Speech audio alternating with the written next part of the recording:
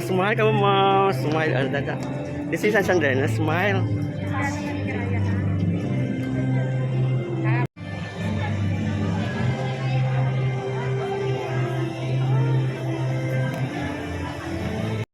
Tutukin mo sa unahan. Karoon lang.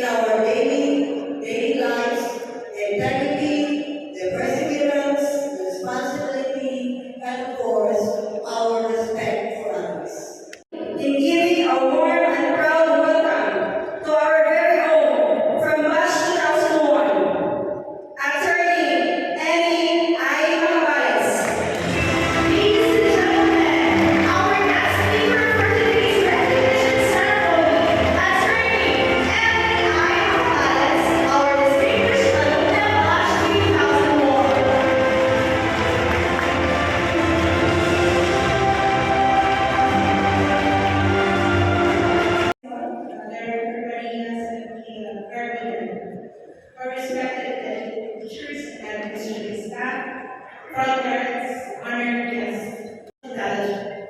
They are principled. They are the ones who make choices vertically over convenience, service over self-interest, and courage over comfort. As students of the regional decision, it's defined by responsibility.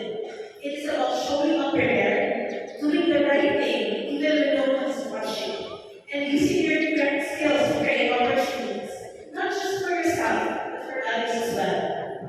You're entering a world.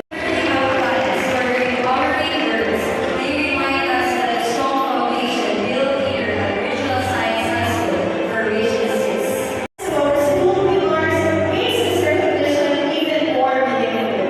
Thank you once again, Dr. Abelena, Dr. Levi, Attorney Marios, and our distinguished guest speaker, Attorney Emily I. Cabales.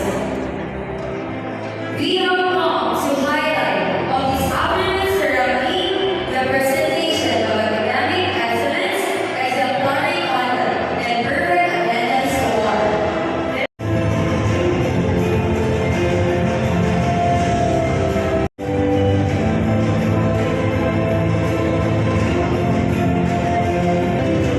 Noted, VART with honors, recipient of perfect attendance award, daughter of Mr. Roy C. Noted.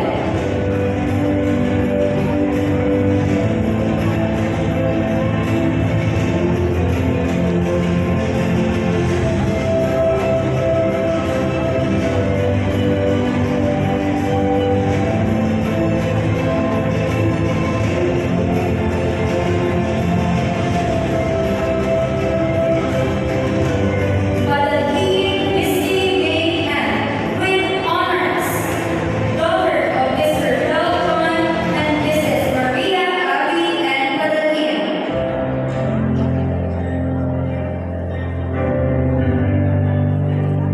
Ceremony, with our inspiring words of wisdom, may we once again welcome our esteemed school principal, Dr. Maria Cynthia A. Arboleda. I extend my heartfelt congratulations to all our awardees from grade 11. Let us give them again a round of applause.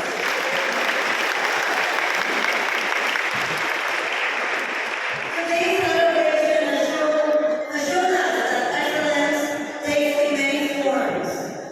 Whether it is in academic achievement, leadership, or consistent effort, each of you has demonstrated that with dedication and the right values, success is truly within reach.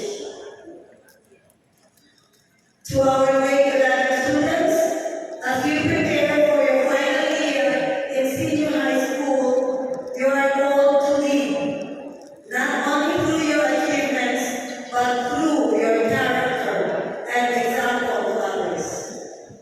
To our parents, teachers, and all stakeholders, thank you for your constant support in guiding our learners towards success.